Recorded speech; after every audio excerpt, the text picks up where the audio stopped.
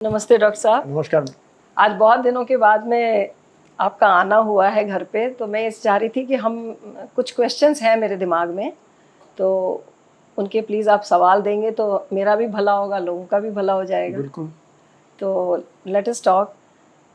ये आज की जो लाइफ़स्टाइल है, वो किस तरह से रिलेट करते हैं आप हार्ट के साथ? लोगों का देर तक जागना और स्मोकिंग, ड्रिंकिंग, फास्ट फूड खाना। तो व्हाट डू यू थिंक कि is it good for heart और it is harming the heart silently? एक बहुत बढ़िया सवाल है। तो ये सारी चीज़ें शरीर के लिए कहीं भी अच्छी नहीं है, तो जब शरीर के लिए अच्छी नहीं है तो हार्ट के लिए भी अच्छी नहीं है। जी। और late sleeping hours, irregular eating habits, not eating good food, processed food खाना, नॉट एक्सरसाइजिंग, स्मोकिंग, वेट ज़्यादा बढ़ना, सॉल्ट इनटेक, ये सब चीज़ें स्ट्रेस जो है, ये सब चीज़ें these are all risk factors और ये हार्ट की बीमारी बढ़ाते हैं। वो एंड हार्ट अगर बीमार होता है तो naturally it affects the entire body also, so they all follow hand in hand. Thank you doctor साहब। मेरा दूसरा सवाल ये है कि आजकल के लोग है ना, जैसे आपने अभी लाइफस्टाइल की हम बात कर रहे हैं कि वो कहते हैं कि भी सुबह हम 10 बजे सो के उठ रहे हैं, रात को 3 बजे हम क्लब से आ रहे हैं या जहाँ से भी आ रहे हैं सो रहे हैं, बहुत ज़्यादा मोबाइल का इस्तेमाल कर रहे हैं, तो उससे इंसोम्निया काफ़ी बढ़ रहा है, तो वो भी क्या हार्ट के लिए नुकसानदेह है? बिल्कुल बिल्कुल। कोई भी mobile device if you are using it very late, हाँ। उससे सोने में दिक्कत आती है। और स्लीपिंग हैबिट्स अगर रेगुलर नहीं है, आप लेट खाना खा रहे हो, खाने के बाद तुरंत सो रहे हो, लेट सो रहे हो, लेट उठ रहे हो, तो दिस इज़ नॉट गुड, क्योंकि बॉडी का रिदम नहीं बन पाता है और rhythm is very important for good lifestyle. तो अगर आपके लाइफस्टाइल रेगुलर है कि इतने बजे सो रहे हैं और इतने बजे उठ रहे हैं, that is far better than putting stress. Whenever you sleep late, you get up late, you have irregular habits, it puts a lot of stress और stress is like a high tension wire जिसको quantify नहीं कर सकते कि वो क्या नुकसान कर रहा है। मेरा यही सवाल था नेक्स्ट कि स्ट्रेस आज के ज़माने, आज की लाइफस्टाइल का एक हिस्सा बन गया है stress. You know, youth is running after work, late night तक वो काम कर रहे हैं एंड यू नो उसके चक्कर में खाना बाहर खा रहे हैं, कुकिंग बिल्कुल छोड़ दी गई है because both husband and wife are working and there is always a pressure. तो स्ट्रेस कितना हार्मफुल है हार्ट के लिए? नहीं, stress is very harmful for the heart. मैंने बोला ना, stress is like a high voltage wire. तो जब तक आप उसको छूते नहीं हो आपको पता नहीं चलता है और अनफॉर्चुनेटली स्ट्रेस को कोई क्वांटिफाई नहीं कर सकता है। तो it is a non quantifiable enemy of the body and anything that you do that is increasing the stress will harm the heart. Stress may be because of emotions, stress may be because of exercise, lack of exercise, stress may be because of late sleep. तो stress के कारण heart की गति तेज रहती है, heart के ऊपर load extra पड़ता है, हार्ट की जो नसों में रुकावटें हैं वो प्रोसेस भी एक्सेलरेट हो सकता है, इन्फ्लेमेटरी प्रोसेस एक्सेलरेट हो सकता है और कई बार यंग लेडीज़ में स्ट्रेस के कारण एरिथमियाज भी हो जाते हैं जिसके कारण हार्ट अटैक हो सकता है। तो stress is a very difficult thing और हर आदमी का स्ट्रेस का थ्रेशोल्ड अलग है। तो ज़रूरी नहीं है जो एक मिस्टर एक्स सह पा रहा है वो मिस्टर वाई सह पाए। मगर जैसे आपने बोला, आज की मॉडर्न तारीख में everybody is running, nobody knows कि वेयर इज़ द एंड। सब भागे जा रहे हैं, वेयर इज़ टू स्टॉप। और रेस ये है कि वो कर सकता है तो मैं क्यों नहीं कर सकता। तो that is why things are going wrong. Doctor साहब, अभी आपने एक वर्ड यूज़ किया, अरिथमिया। क्या है ये अरिथमिया? तो अरिथमिया का मतलब ये होता है कि दिल की धड़कन उबड़ खाबड़ हो गई। तो कॉमनेस्ट अरिथमिया होता है वेंट्रिकुलर एक्टोपिक बीट, की पेशेंट आता है कि साहब मेरी धड़कन मिस हो गई। वो तो बड़ी बिनाइन सी चीज़ होती है। जो अरिथमियाज हम कार्डिक के लिए समझते हैं वो होते हैं कि दिल की धड़कन बहुत तेज हो गई जिसके कारण सडन कार्डिक डेथ हो जाती है। आपने सुना कि भाई कोई चलते चलते कोलैप्स हो गया और उसको बचा नहीं पाए, तो वो हम sudden cardiac death, tachyarrhythmias होते हैं जिसमें सडन डेथ हो जाती है। और एक ब्रेडी अरिथमियाज होते हैं जिसमें दिल की धड़कन धीमे हो जाती है, जिसमें पेशेंट को चक्कर आ जाता है, चक्कर खा के गिर जाता है, सिंकपी हो जाती है। तो ये दोनों चीज़ें अलग हैं। जो ये दिल की धड़कन कम होने के जो एरिथमियाज हैं, ब्रेडी अरिथमियाज, ये होते हैं एल्डरली इंडिविजुअल्स में, क्योंकि इलेक्ट्रिकल सर्किट जो बैटरी है वो कमज़ोर पड़ जाती है विद पैसेज ऑफ टाइम, जिसका ट्रीटमेंट है पेसमेकर। और जो टैकी अरिथमिया होते हैं वो तो they can be very life threatening. अगर वो हार्ट अटैक के कारण है तो भी लाइफ थ्रेटनिंग है, और अगर वो हार्ट अटैक के कारण नहीं है, यंग एज में हो रहे हैं, तो वो तो काफ़ी दिक्कत कर सकते हैं। तो डॉक्टर साहब कई बार जैसे शिकायत करते हैं कि भाई घबराहट हो रही है, हार्ट बीट बहुत तेज हो रही है, तो immediately they should see a doctor. तो ये भी सवाल अच्छा है। हार्ट बीट अगर तेज हो रही है तो वन नीड्स टू, आजकल everybody is become educated and सबके पास गैजेट्स हैं, ऑक्सीमीटर है, वॉचेस हैं। तो सिंपलेस्ट तरीका है कि फर्स्ट यू क्वांटिफाई कि आपकी हार्ट बीट जो आपको तेज लग रही है वो हार्ट बीट कितनी आ रही है। ओके। इट इज़ पॉसिबल कि वो पैल्पिटेशन जो मिस बीट्स हैं उसके कारण आपको हार्ट बीट तेज लग रही है। मगर अगर हार्ट बीट ज़्यादा है, 140 150 से ज़्यादा आ रही है, या हार्ट बीट कम है, लेस देन 60 आ रही है, या उसके साथ सिम्टम्स एसोसिएटेड हैं, किसी को चेस्ट पेन हो रहा है, ब्रेथलेसनेस हो रही है, गिडीनेस हो रही है, चक्कर आ रहे हैं, देन ये डेफिनेटली नीड्स मेडिकल अटेंशन और आपको डॉक्टर के पास जाके दिखाना चाहिए टू मेक श्योर कि आप कुछ मिस तो नहीं कर रहे हैं। एक डॉक्टर साहब गैजेट डिपेंडेंसी कितनी होनी चाहिए कि जैसे आजकल है एप्पल बहुत वो उसकी वॉचेस आती हैं कि उसके आपके ब्लड प्रेशर मॉनिटर हो जाएगा, हार्ट रेट मॉनिटर हो जाएगी, तो कितने हम उन पे डिपेंड हो सकते हैं, कितने रिलायबल हैं ये सोर्सेस? ये भी बहुत अच्छा सवाल है। Gadget dependency is not foolproof, है ना। जो the only thing that is detected by an Apple watch is the pulse rate, and pulse rate में भी एक एरिथमिया होता है जिसको हम बोलते हैं एट्रियल फिब्रिलेशन। सो वो नॉट, जिसमें धड़कन बिल्कुल ही ऊबड़ खाबड़ हो जाती है। तो वो atrial fibrillation is a disease of elderly, जैसे जैसे उम्र बढ़ेगी उनके लिए होता है। तो एट्रियल फिब्रिलेशन को तो डिटेक्ट करने में एप्पल वॉच अच्छी है। अच्छा। अगर धड़कन बहुत तेज होती है या कम होती है तो उसको भी डिटेक्ट करती है।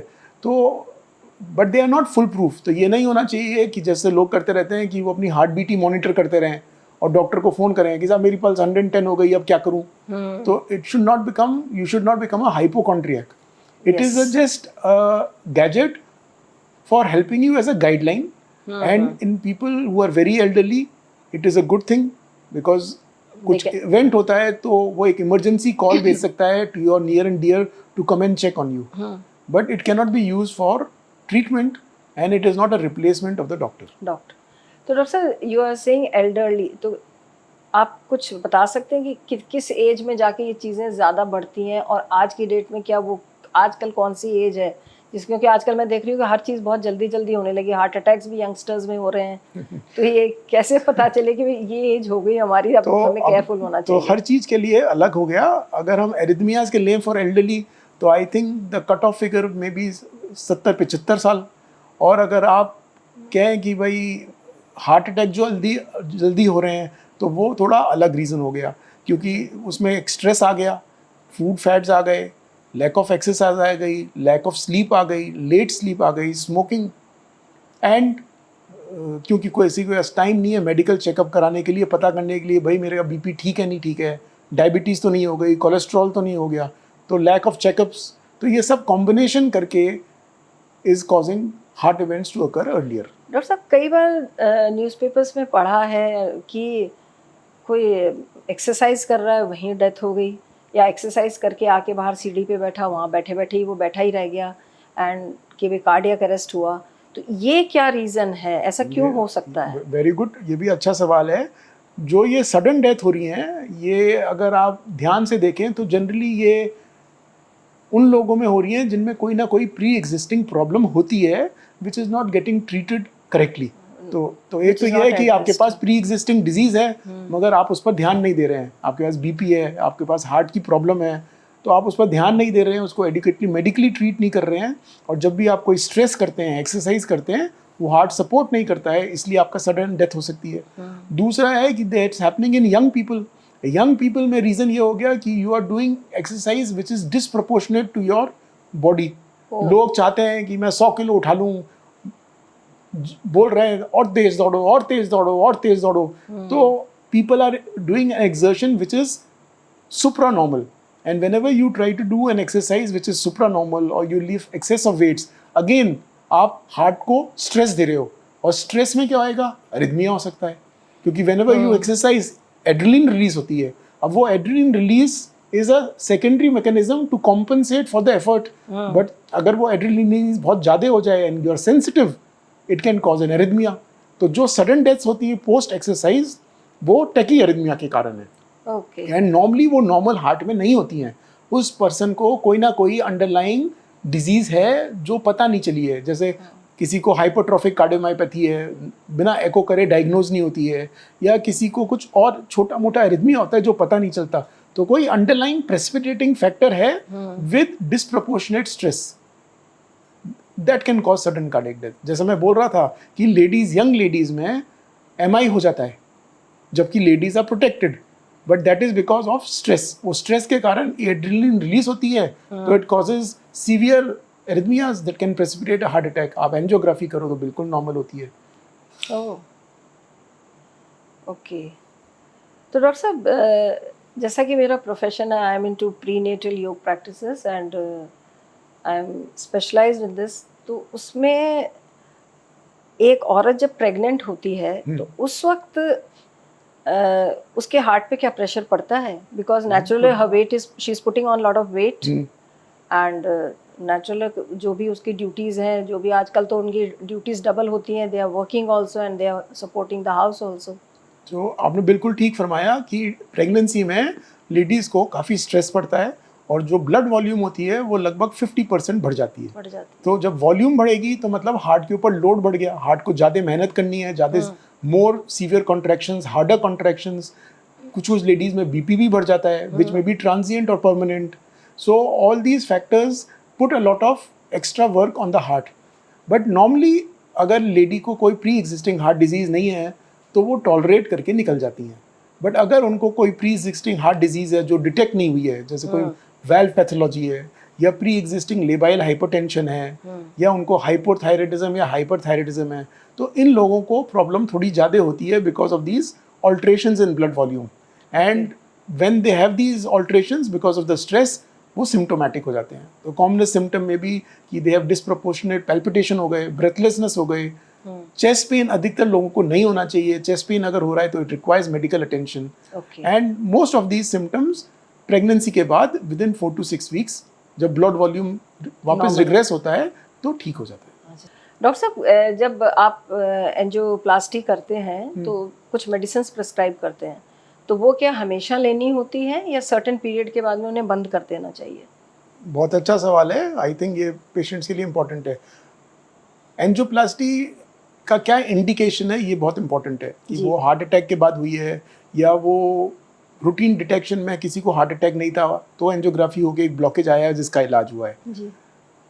तो कुछ अगर स्टेंट डला है तो हमें स्टेंट के लिए दवाइयाँ देनी पड़ती हैं। नॉर्मली स्टेंट के लिए हम 2 खून पिघलाने वाली दवाई देते हैं जिनको हम 6 months to 1 year कंपलसरी होना है। अगर हम हार्ट अटैक लें तो 1 साल लेना होता है, और 1 साल पर अगर वो दवाई टॉलरेट हो जाती है और कोई रीज़न है, कोई और एडिशनल रिस्क फैक्टर्स हैं जैसे डायबिटीज़ हो, पुराने हार्ट अटैक हो चुके हों, किडनी की प्रॉब्लम हो, बार बार हार्ट की प्रॉब्लम हो रही हो, तो उन मरीजों में अगर वो पहले साल दवाई टॉलरेट कर लेते हैं, ब्लीडिंग प्रॉब्लम नहीं होती है और एंजियोप्लास्टी कुछ कॉम्प्लिकेटेड है जिसमें मल्टीपल स्टेंट्स डले हों, तो हम चाहेंगे कि वो दवाई कंटिन्यू करें एटलीस्ट फॉर 3 to 4 years। तो ये तो हो गया स्टेंट स्पेसिफिक दवाई। बाकी दवाइयाँ हार्ट अटैक में दी जाती हैं to control the risk factors. तो कोलेस्ट्रॉल अधिकतर लोगों को ज़्यादा होता है तो कोलेस्ट्रॉल की दवाई आमतौर पर लाइफ लॉन्ग लगने वाली है। अगर ब्लड प्रेशर है तो बीपी की दवाई लाइफ लॉन्ग लगने वाली है। अगर डायबिटीज़ है तो डायबिटीज़ को कंट्रोल करना है तो वो लाइफ लॉन्ग लगने वाली है। तो basically treatment of any heart disease is stent treatment, which is 2 tablets, which may go from 1 to 4 years, and control of risk factors and medicines to modify the जो heart को support करे। Heart attack में heart का pumping action कमज़ोर पड़ जाता है तो हम चाहते हैं दवाइयाँ ऐसी दें जो हार्ट को लोड कम करे, जिसमें बीटा ब्लॉकर्स आ जाते हैं, एस इनहिबिटर्स आ जाते हैं, डायरेटिक्स आ जाते हैं। तो ये मेडिसिन्स डिपेंड करेगा कि आपका हार्ट का पंपिंग एक्शन कितना गिर गया है और बाद में कितनी रिकवरी होती है। But in sweet and short terms अगर आपको हार्ट अटैक हुआ है तो कुछ ना कुछ दवाइयाँ तो आपको लाइफ लॉन्ग खानी पड़ेंगी, और नहीं खाएंगे तो जो डिजीज़ का रिकरेंस रेट है वो बढ़ेगा तो आगे पीछे फिर से वही चालू होंगी। एक डॉक्टर साहब, जैसे हम बात करते हैं कि कई बार कहते हैं, बहुत सारी रील्स भी आजकल कॉमनली आ रही हैं कि आप ये खा लीजिए, इससे आपको ब्लड प्रेशर ठीक हो जाएगा। आई एम टॉकिंग ऑफ कुछ जड़ी बूटियाँ खा ली या इस तरह की चीज़ें। ऑल्टरनेटिव थेरेपीज़ की बात करते हैं। योग में है चीज़ें, they can be supportive, I will never say कि स्टॉप द मेडिसिन, पर है सपोर्टिव, उसके बारे में बाद में बात करेंगे। लेकिन ये जो बहुत सारे कहते हैं ना, ये आयुर्वेदिक ये खा लो या ये खा लो तो आपको ब्लड प्रेशर ठीक हो जाएगा, क्या ये हो जाता है ठीक? ऐसे हो सकता है या दवाई छोड़ के कैन दीज मेडिसिन, ये जो अल्टरनेटिव मेडिसिन है, can they be replaced by these medicine? तो मैं तो आयुर्वेदा का कोई स्पेशलिस्ट नहीं हूँ, बट बाय एंड लार्ज एक बार आपको बीपी हो जाएगा तो आपको दवाइयाँ तो खानी पड़ेंगी कंट्रोल करने के लिए। सपोर्टिव ट्रीटमेंट में एक्सरसाइज आ गया, योगा आ गया, these methods are there to decrease the stress on the body, to relax the body. Yes. So if there is an element of stress, anxiety, then that can be helped by these adjunctive therapies. तो उससे हो सकता है आपकी दवाई की मात्रा कम हो जाए। अगर आपके शरीर में मोटापा है, आप वजन 80 किलो है, आपका आइडियल वेट 50 किलो है और आप 50 किलो ले आए वजन करके, तो हो सकता है आपकी बीपी की दवाइयाँ कम हो जाए और हट जाएं। बट ये जो एग्रेसिव लाइफस्टाइल मॉडिफिकेशन है, ये कोई कर नहीं पाता है, और करता है तो वो 2-3 महीने करके उसको भूल जाता है। तो परसिस्टेंस तो हो नहीं सकता, तो दवाई तो खानी पड़ेगी। आपके रिस्क फैक्टर्स हैं, वेट एक्सेस है, स्ट्रेस है, आप उसको अगर मॉडिफाई करेंगे तो दवाई की रिक्वायरमेंट कम हो सकती है। बट समय के साथ बीपी की दवाइयाँ बढ़ेंगी क्योंकि आर्टरीज हार्ड होएंगी, और आर्टरीज हार्ड होएंगी तो रिक्वायरमेंट भी बढ़ेगी। डॉक्टर साहब, जैसे वेट लॉस की भी हम जैसे बात कर रहे थे कि वेट कम करना पड़ता है, तो बहुत सारे मार्केट में मेडिसिन आ रही हैं। बिल्कुल। So are they safe to reduce weight या नेचुरल तरीके से ही रिड्यूस करना आपने बहुत बढ़िया सवाल पूछा है, and the answer is very simple in word, it is not safe. First thing. Secondly, it is not permanent. मतलब कि कुछ इंजेक्शन आए हैं मोनजुरो करके जो वेट कम करते हैं, तो उसका असर तब तक रहेगा जब तक आप इंजेक्शन लगाएंगे। सिमिलरली जो दवाइयाँ हैं उनका भी असर तब तक ही रहेगा जब तक आप खाएंगे, और they interfere with the body metabolism. तो आप बॉडी मेटाबॉलिज्म को इंटरफेयर करेंगे तो आगे जाके कुछ ना प्रॉब्लम, साइड इफेक्ट तो आएगा। तो it is not an advisable solution. You may use it as a temporary thing moral boost करने के लिए, but permanent solutions will be कि आप अपनी डाइट मॉडिफाई करें, आप रेगुलर एक्सरसाइज करें, आप अपने रिस्क फैक्टर्स कंट्रोल करें, और आप उस पर अगर अपने को कंट्रोल करेंगे तो that will be a more permanent and a good solution rather than the medicines. Okay, being a woman, मेरा एक सवाल था कि मेनोपॉज और हार्ट का क्या रिलेशन है ड्यूरिंग मेनोपॉज या पोस्ट मेनोपॉज? बहुत बढ़िया सवाल है। हाँ, इसलिए हमें पहले समझना चाहिए कि नॉर्मली आपने देखा होगा कि ladies are protected during the reproductive age group जी, and that is because they have estrogens and estrogen is protective. तो नॉर्मली उस एज ग्रुप में लेडीज को हार्ट अटैक नहीं होता है, और अगर 2-3 कंडीशन हैं जिसमें ये प्रोटेक्टिव इफेक्ट नलिफाई हो जाएगा, वो है if they take an oral contraceptive pill और दे आर स्मोकिंग। तो if they are not doing these, तो व्हेनेवर मेनोपॉज सेट्स इन 45-50, उसके बाद ईस्ट्रोजन का जो प्रोटेक्टिव एक्शन है वो खत्म होता है, और उसके बाद कॉर्नरी आर्टरी डिजीज हार्ट की जो लेडीज में होती है वो रैपिडली बढ़ती है, and it increases more than the males. So they are at full risk, and it is unfortunate कि उनके सिम्टम्स अधिकतर ladies and doctors will ignore, and they will present with more severe presentations. So ये याद रखना जरूरी है कि menopause के बाद ladies are at risk for heart problem, they should get themselves regularly screen, and if they have symptoms they must not ignore it. Doctor साहब, एक बहुत फनी सा क्वेश्चन आपको लगेगा। हाँ? मैंने बहुत लोगों को ये कहते सुना है कि भाई औरतों को तो हार्ट अटैक इसलिए नहीं होता है कि औरतें तो रो के अपना दर्द आंसू से बाहर निकाल देती हैं, पर आदमियों को इसलिए होता है कि वो किसी को कुछ बोलते नहीं है। तो इज इट अ फैक्ट? नहीं, it is not a fact. ठीक है, आप रो के थोड़ा स्ट्रेस कम कर सकते हो, but ladies are protected because of oestrogen, not because of आंसू बहाने, नॉट बिकॉज। एंड बेसिकली अगर देखा जाए, I think ladies are more emotionally, mentally stronger than men, because they undergo a lot of extra stress which males do not go, including deliveries. So all this makes them stronger personalities. So I think they are a bit more balanced by and large. But estrogen protects them.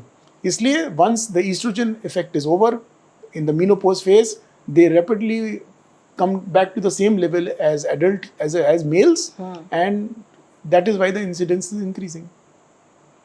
Doctor साहब एक बहुत commonly use होता है word ischaemic Ischemic. स्किमिक हाँ। हाँ तो स्किमिक heart disease या तो ये स्किमिक का मतलब क्या होता है?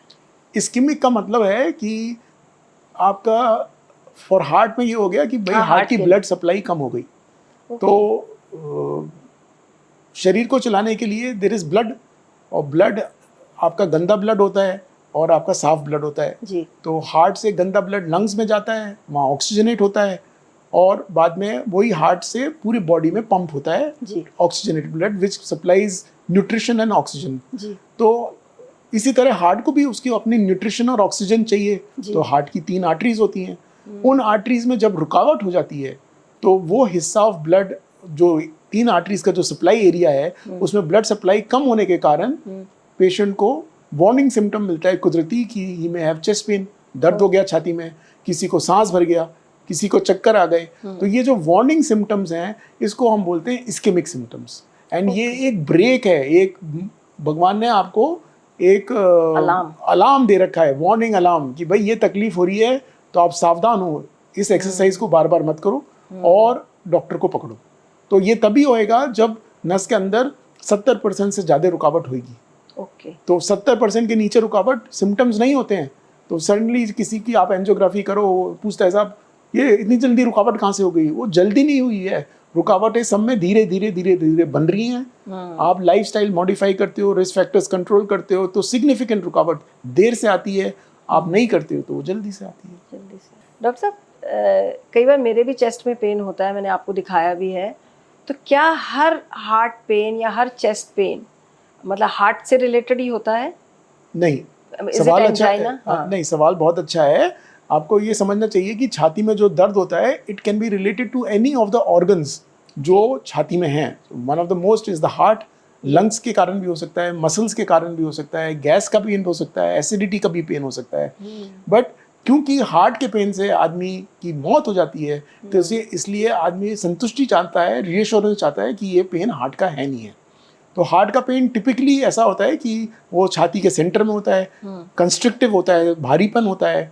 वो भारीपन चलने फिरने से बढ़ता है, एंटासिड लेने से आराम नहीं आएगा, और अगर वो 10 मिनट से ज़्यादा हो रहा है तो it means it could be related to the heart. अगर आपको प्री एग्जिस्टिंग रिस्क फैक्टर्स हैं तो संभावना और भी ज़्यादा हो जाती है। तो अगर कोई दर्द है जिसको बार बार हो रहा है, एक्सरसाइज से ज़्यादा हो रहा है, एंटासिड से आराम नहीं आ रहा है, चलने से बढ़ रहा है, बैठने से आराम आ रहा है, तो इट इज़ अ पॉसिबिलिटी कि इट कैन बी एंजाइना। और उसको कंफर्म करने के लिए तो डॉक्टर के पास जाके टेस्ट कराना जरूरी है। जरूरी है। एक डॉक्टर साहब कोरोनरी वेसोस्पैज्म क्या होता है? तो कोरोनरी वेसोस्पैज्म इज अ कंडीशन जहाँ आर्टरीज नॉर्मल हैं या मगर आर्टरी में किसी कारण से स्पैज्म हो रहा है। तो जब आर्टरी में स्पैज्म हो रहा है तो उस वक्त वही प्रॉब्लम रिपीट हो गई जो रुकावट के कारण हुई। तो उस वक्त आपकी ब्लड सप्लाई कम हो गई और आपको चेस्ट पेन हो गया। इसको this could be because of emotional stress, it could B because of tobacco, it could B because of alcohol, it could B because of arrhythmias. तो ये खासकर जो कोरोनरी वेसोस्पैज्म होता है ये एक लेडीज में कंडीशन है जो हार्ट अटैक प्रेसिपिटेट करता है, जिसको हम बोलते हैं टाकासुबोटो सिंड्रोम। तो कौन सा डॉक्टर साहब? टाकासुबोटो सिंड्रोम। तो इसमें ladies come with severe chest pain. ECG में हार्ट अटैक के ज़्यादा चीज़ें नहीं होती हैं, मगर आप इको करें, हार्ट का पंपिंग देखें तो वो कमज़ोर होता है और समझ में नहीं आता है कि क्या हो रहा है, और आप एंजियोग्राफी करो तो वो बिल्कुल नॉर्मल होती है। तो coronary vasospasm is not a good thing, it is commoner in females and it is difficult to document. Oh, तो सर डॉक्टर साहब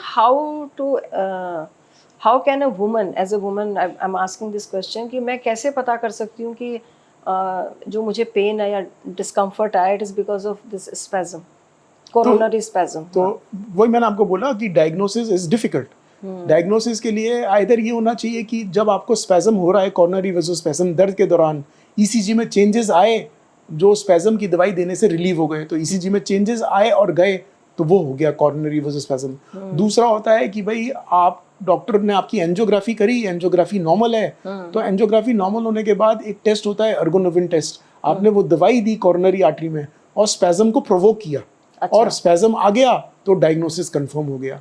और अगर ये दोनों चीजें नहीं कर पा रहे हैं और आपका क्लिनिकल सस्पेशन बहुत हाई है, तो आप मेडिकल एंटी स्पैज्मोटिक ड्रग्स होते हैं जो आप एक ट्रायल दे के देख सकते हैं कि भाई इससे आराम आ रहा है नहीं आ रहा है, but basically it is a difficult diagnosis. एक सवाल डॉक्टर साहब कि जैसे हम कहते हैं कि वे हर 6 महीने में या साल में पूरी बॉडी के टेस्ट होने चाहिए, तो उसमें आप हार्ट के लिए कितना कहते हैं कि वंस इन अ ईयर ज़रूरी है या एवरी 6 मंथ ज़रूरी है? तो इसमें भी आई थिंक क्योंकि हार्ट की प्रॉब्लम अब यंग एज में बढ़ रही हैं, तो प्रायर डेफिनेशन था कि भाई 60 साल से ऊपर उसको अपन को रिवाइज करना पड़ेगा कि मेरे ख्याल से आज की तारीख में 35 या 40 साल से ऊपर के लोगों को एक बार एक एनुअल चेकअप करवाना चाहिए, खासकर अगर उनकी फैमिली हिस्ट्री में already pre existing coronary artery disease है, हाइपरटेंशन है, डायबिटीज़ है, कोलेस्ट्रॉल की प्रॉब्लम है, खासकर वो इंडिविजुअल्स जो बहुत स्ट्रेसफुल ले रहे होते हैं, उनका वर्क शेड्यूल एरेटिक है, तो एक बार रिस्क फैक्टर्स जिनको हो या anybody should get an annual checkup done, जिसमें ईसीजी कराए, इको कराए, टीएमटी कराए, ब्लड टेस्ट कराएं to rule out diabetes, cholesterol, BP check कराएं to rule out hypertension, body का वेट चेक कराएं कि ओबेसिटी तो नहीं है। ये एक बार करा लेना चाहिए सावधानी के रूप पर, और अगर कोई प्रॉब्लम आइडेंटिफाई होती है तो उसको ट्रीट करें, और नहीं होती है और आप लाइफस्टाइल मेंटेन कर रहे हैं, then probably you can get it done once in 3 to 5 years। एक डॉक्टर साहब कहते हैं कि जो डायबिटिक्स होते हैं उनमें साइलेंट अटैक्स आते हैं। बिल्कुल आते हैं। तो वो क्या, व्हाट इज साइलेंट अटैक? तो साइलेंट अटैक का मतलब हुआ कि क्लासिकल अटैक में आपको दर्द हुआ, दर्द इज, मैंने आपको बताया, इट इज अ ब्रेक और अ वार्निंग सिम्टम। साइलेंट का मतलब हुआ कि आपको दर्द ही नहीं हुआ, आपको हार्ट अटैक हो गया, आपको पता ही नहीं चला, इसलिए उसको बोलते हैं साइलेंट। तो ये पेशेंट्स डायबिटिक में साइलेंट अटैक इसलिए होता है क्योंकि न्यूरोपैथिक पेन, न्यूरोपैथी के कारण उनको पेन आइडेंटिफाई नहीं होता है, इसलिए silent attack is not a good thing, because जब आपको सिम्टम ही नहीं हुए तो आप अस्पताल टाइम से पहुंचे नहीं, तो आप लेट पहुंचते हो। लेट तब पहुंचते हो जब हार्ट बहुत कमजोर हो जाता है, तो आइदर आप बिल्कुल शॉक में जाते हो, या हार्ट फेलियर में जाते हो, या बिल्कुल बुरे हाल में जाते हो, हार्ट का पंपिंग एक्शन बहुत कमजोर हो गया होता है, और तब भी सारा इलाज कराने के बाद वो फायदा नहीं मिलता है। तो इसलिए डायबिटिक इंडिविजुअल्स में अगर कोई किसी को सिम्टम है, चेस्ट पेन है, ब्रेथलेसनेस है, गिडीनेस है, पैल्पिटेशन है, उन पेशेंट्स को तुरंत अपने को इन्वेस्टिगेट कराना चाहिए, rule out coronary artery disease. नहीं तो साइलेंट अटैक इन लोगों में करीब 1/3 लोगों में हो जाता है, एंड इन्हीं लोगों में सडन कार्डियक डेथ भी हो जाती है, क्योंकि वो आइडेंटिफाई नहीं होता है, तो टैकीअरिथमिया हो जाते हैं हार्ट अटैक के कारण, वो घर में ही निकल जाते हैं। और ये आपने तो बहुत सारे सवाल पूछ लिए, मैं चाहूँगा कि आप हमें बताएं कि क्या योग प्रैक्टिसेस हैं which can be useful for the heart and which can be use as stress busters. हाँ डॉक्टर साहब, ये बहुत अच्छी चीज़ आपने पूछी है। स्ट्रेस की जब हम बात करते हैं तो स्ट्रेस हर जगह है, आज छोटे बच्चे को भी स्ट्रेस है, बड़ों को भी स्ट्रेस है, तो योग से बड़ा स्ट्रेस बस्टर कोई हो नहीं सकता। योग में हम 2 चीज़ों की बात करूँगी। एक तो मैं बात करूँगी, 4 चीज़ें हैं, यम, नियम, देन आसन एंड प्राणायाम एंड रिलैक्सेशन। यम नियम मैं इसलिए जोड़ रही हूँ कि आपने बात की थी इरेटिक लाइफस्टाइल, है ना, सर्काडियम क्लॉक का कोई लेना देना नहीं रहा आज के लाइफस्टाइल में, तो और हम कहीं ना कहीं से स्ट्रेस अपने ऊपर जानबूझ के ओढ़ भी रहे हैं। तो किसी को कुछ बोल दिया, या हम रिलेशनशिप्स में बहुत पीछे चले गए। तो yama are dos and don'ts related to your surroundings, कि आप अपने फ्रेंड्स से किस तरह से बात कर रहे हैं, अपने रिलेटिव से किस तरह से बात कर रहे हैं, आप अपने घर में वाइफ से या बहन भाई से या बच्चों से किस तरह से रिलेशन रख रहे हैं, तो वहाँ से आपका स्ट्रेस आना कम हो जाता है अगर सारा हारमोनियस है तो। सो डूज एंड डोंट्स क्या है इसमें, कि आप वॉयलेंस मत कीजिए, उल्टा सीधा मत बोलिए किसी को, रिस्पेक्ट एवरीबडी, ये सारी चीज़ें इसके अंदर इनकॉर्पोरेट हो जाती हैं। तो 5 यम है और उसी के साथ 5 नियम भी हैं।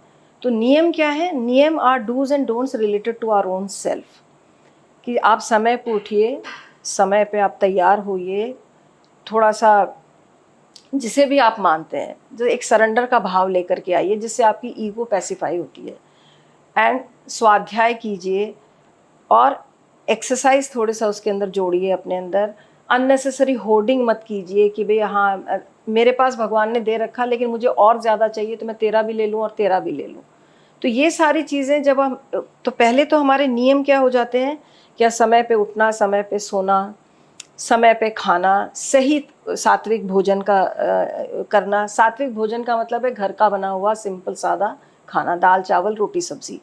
ये जो हम बाहर खाना खा रहे हैं वो सारी चीज़ें जिसमें बहुत गंदे तरीके के मसाले और बहुत सारे केमिकल्स भी यूज़ किए जाते हैं, वो नहीं यूज़ करें हम। तो ये आते हैं हमारे यम और नियम में। और उसके बाद में आते हैं आसन। आसन हम इसलिए कहते हैं कि आसन जब हम करते हैं तो हम किसी भी पर्टिकुलर आसन में या तो हम बॉडी का एक हिस्सा स्क्वीज़ होता है और एक हिस्सा स्ट्रेच होता है। तो जो हिस्सा स्क्वीज़ होता है वहाँ से हम पूरा ब्लड निचुड़ जाता है। तो जब ब्लड निचुड़ता है तो जितने भी गंदगी है उन टिश्यूज़ में, उन सेल्स में, that comes out with that blood. And वो सेल्स और टिश्यूज़ प्यासे हो जाते हैं उस वक्त। And the moment we release the asana, तेज़ी से फ्रेश ब्लड जाता है जो न्यूट्रिएंट्स लिए हुए होता है, ऑक्सीजन लिए हुए होता है। तो it improves the cell quality as well as it removes the stress from the cells. क्योंकि सेल्स में अगर टॉक्सिन्स भरे हुए हैं तो वो सेल्स में भी एक तरह का स्ट्रेस लेकर आते हैं। तो सेल्यूलर लेवल पे ये आपको स्ट्रेस फ्री करता है। तो आसन्स कीजिए। एक लोगों में जो आजकल मैंने देखा है कि भाई जितना मुश्किल आसन आप कर लो उतने ही बड़े योगी हो गए आप। नहीं, सिंपल से सिंपल आसन आप कीजिए। और ये मत कीजिए कि भाई मैं तो इतना जा ही नहीं सकता, मेरी बॉडी तो स्टिफ है। कोई बात नहीं, आपकी बॉडी स्टिफ है, आप आज से करना शुरू कीजिए और 2 महीने बाद अपने आप को देखिए आपकी स्टिफनेस धीरे धीरे कम होती चली जाएगी। बिकॉज फ्लेक्सिबिलिटी, जैसे जैसे हम शरीर को खोलना शुरू करेंगे मसल्स की फ्लेक्सिबिलिटी इंप्रूव होगी, वहाँ के टॉक्सिन्स निकलेंगे, आपके जोड़ों में जो अनवांटेड डेड सेल्स इकट्ठे हो रहे हैं वो सारे के सारे वहाँ से निकलेंगे। तो आपके जॉइंट सपल होंगे, आपकी मसल्स फ्लेक्सिबल होंगी और आपका सेलुलर लेवल पर स्ट्रेस कम होना शुरू हो जाएगा। This is regarding the asanas. तो चाहे किसी को हार्ट अटैक हुआ हो, चाहे कुछ भी हो, आप प्रॉपर रेस्ट के बाद में जब भी आप उनको ग्रीन सिग्नल दे दें कि अब आप एक्सरसाइज कर सकते हैं, तब वो ये स्टार्ट करें। और जिनको नहीं है उनको तो डेली में इसको लाना ही चाहिए।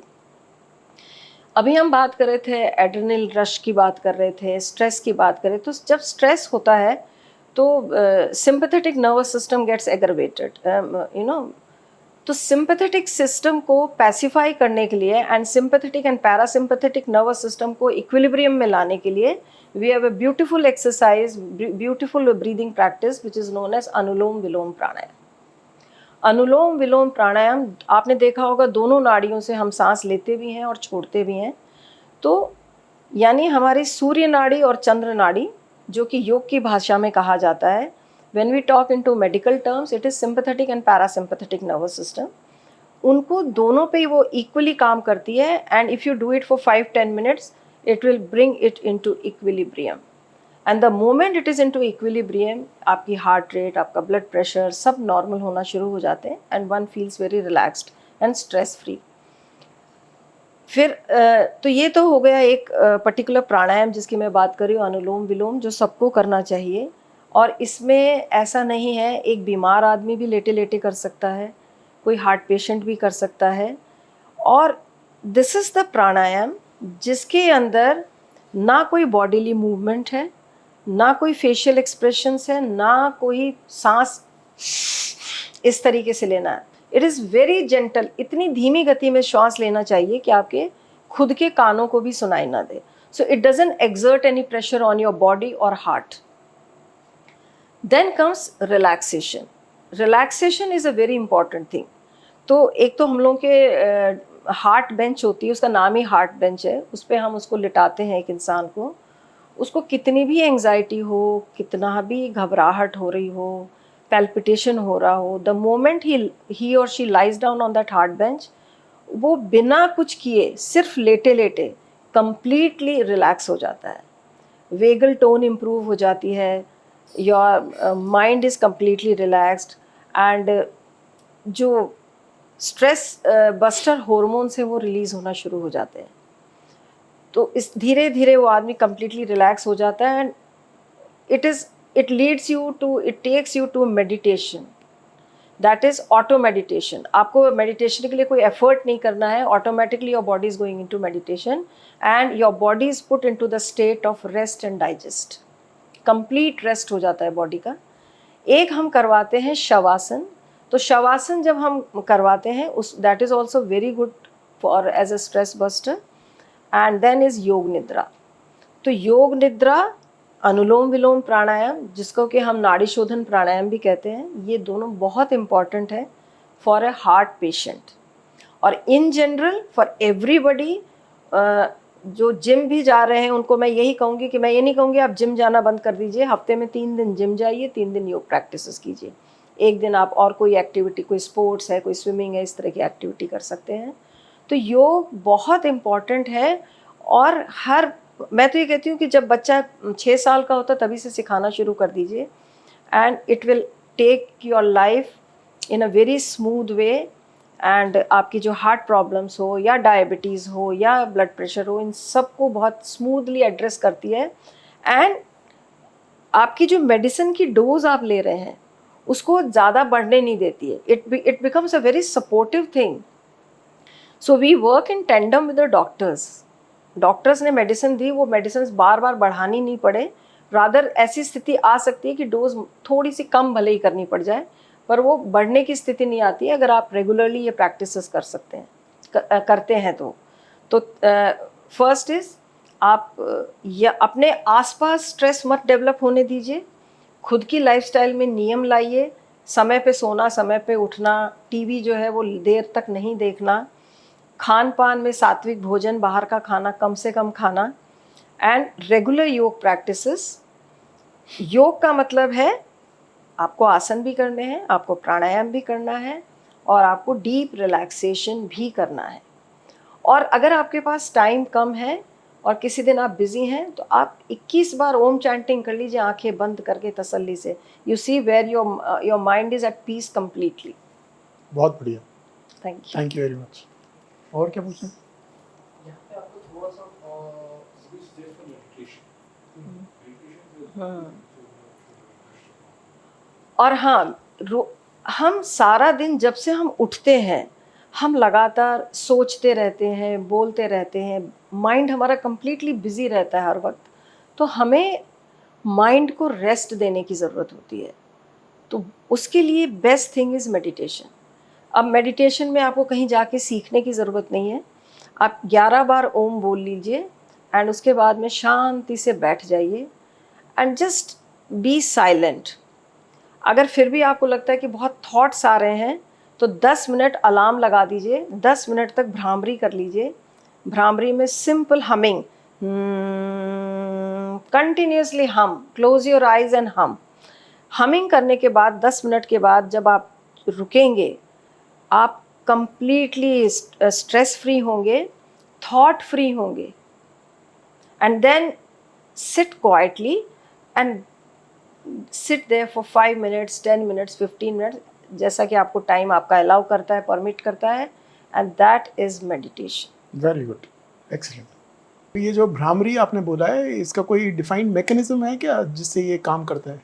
जी डॉक्टर साहब, जब हम भ्रामरी यानी कंटिन्यूसली हम एक्सहेल करते हैं तो हमारा जो नेज़ल पैसेज है उसकी जो अंदर की जो लाइनिंग है वहाँ नाइट्रिक ऑक्साइड जनरेट होती है। It has been proven, it has been researched. तो ये जो नाइट्रिक ऑक्साइड फ्यू सेकंड्स के लिए ही रहती है, फिर ये डिस्ट्रॉय हो जाती है। तो ये नाइट्रिक ऑक्साइड जब कंटिन्यूसली हम करते हैं तो ये नाइट्रिक ऑक्साइड हमारे जो ब्लड वेसल्स हैं उनको डायलेट करती है, जिसे हम वेजो डायलेशन कहते हैं। और डेफिनेटली जब वेजो डायलेशन होगा तो ब्लड प्रेशर नॉर्मल होना शुरू हो जाएगा।